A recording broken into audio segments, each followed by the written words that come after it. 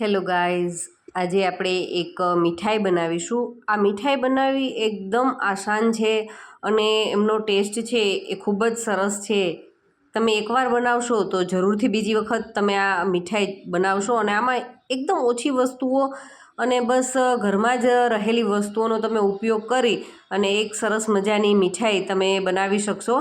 તો બસ એમના માટે આપણે ઘરમાં રહેલા સામાનમાં આપણે જોઈએ તો આપણે ઘઉંનો લોટ અને આપણે રવાનો યુઝ કરીને બનાવીશું અને મીઠાઈ જો એકદમ સોફ્ટ એવી આપણી મીઠાઈ તૈયાર થશે.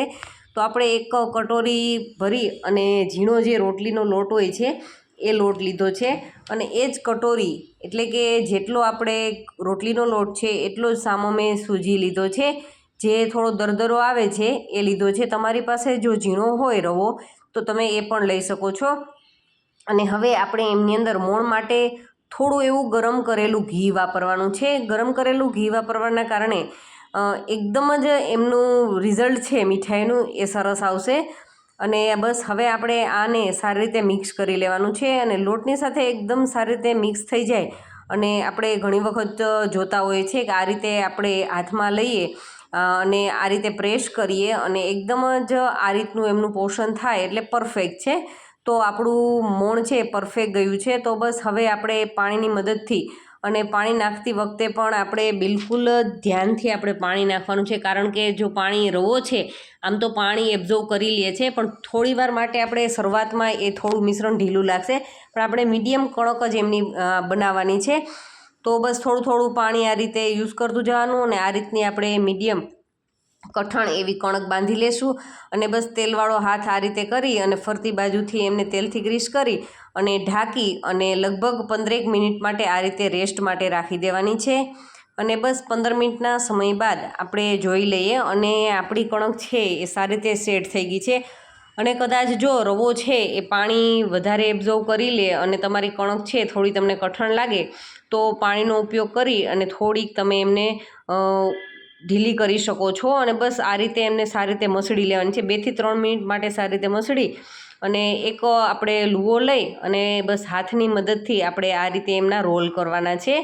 અને રોલ છે આપણે મીડિયમ થીક રાખવાના છે, કારણ કે આપણે એમને જ્યારે ફ્રાય કરીશું ત્યારે અંદર સુધી એ સારી રીતે કૂક થઈ જાય એટલા માટે થઈ અને વધારે જાડા નહીં, પણ બસ આ રીતના આપણે એમના રોલ તૈયાર કરી અને બસ એમના નાના નાના આપણે પોર્શન તૈયાર કરી લેવાના છે. તો બસ આ રીતે આપણે બધા જ રોલ છે એ રેડી કરી લેવાના છે. અને મિત્રો, તમે કેવી કેવી સ્વીટ બનાવો છો અને ખાસ તો તમારી ફેવરિટ જે મીઠાઈ હોય એ મને કમેન્ટ સેક્શનની અંદર ખાસ કમેન્ટ કરજો, કારણ કે હું પણ તમારી કંઈક મીઠાઈને અલગ રીતથી બનાવી અને તમારી સાથે શેર કરવા માગું છું.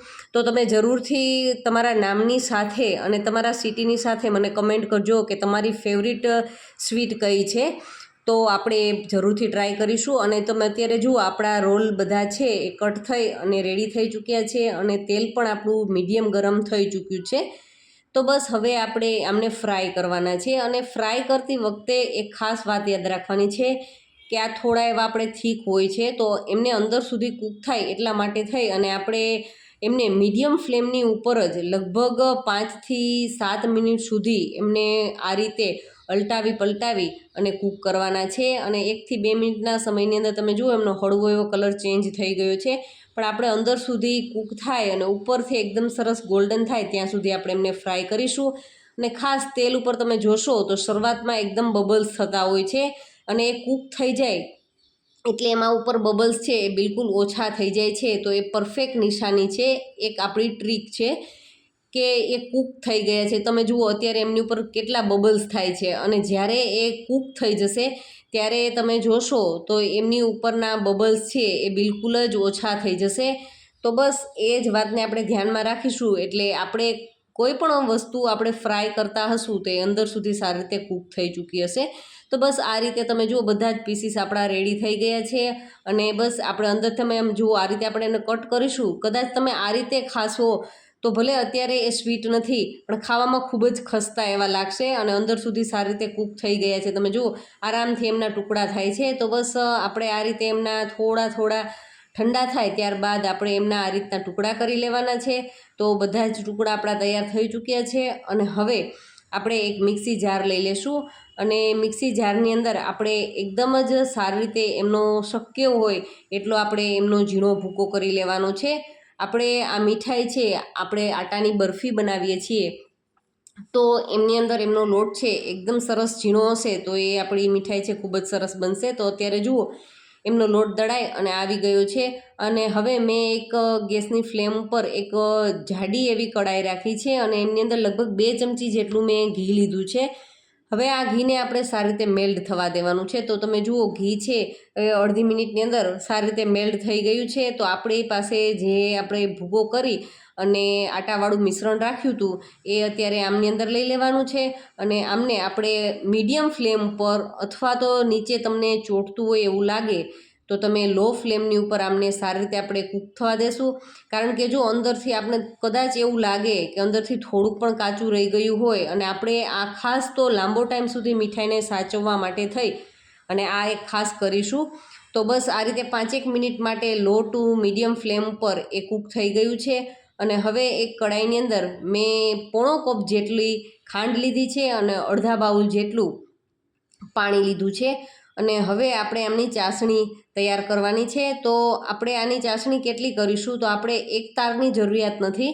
જો તમે વધારે લાંબો ટાઈમ સુધી સાચવવા માગતા હોય અને તમે મીઠાઈને થોડીક કડક કરવા માંગતા હોય તો એક તારી ચાસણી કરી શકો છો.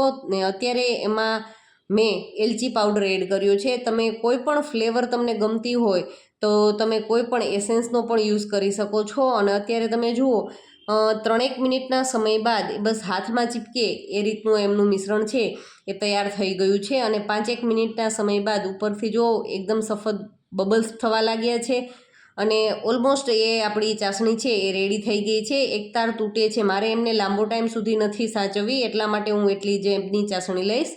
અને અત્યારે મેં એમની અંદર 2 ચમચી જેટલો મિલ્ક પાવડર એડ કર્યો છે.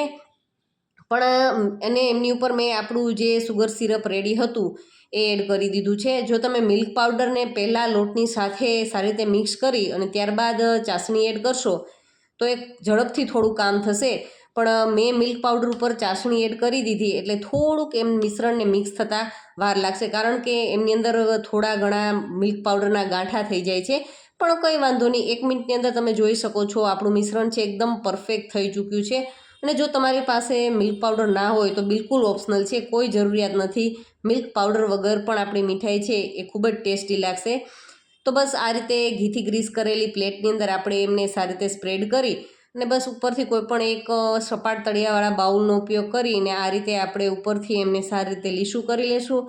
અને ઉપરથી આપણે એમને ડ્રાયફ્રૂટથી ગાર્નિશ કરીશું. જો તમારી પાસે ચાંદીનો વરખ હોય અને તમને ગમતો હોય તો તમે એમનો પણ યુઝ કરી શકો છો. અને બસ 10થી 15 મિનિટ માટે મેં એમને ઠંડુ થવા માટે રાખી દીધું હતું. ત્યારબાદ એમની અંદર સારી રીતે કટ લગાવી દઈશ.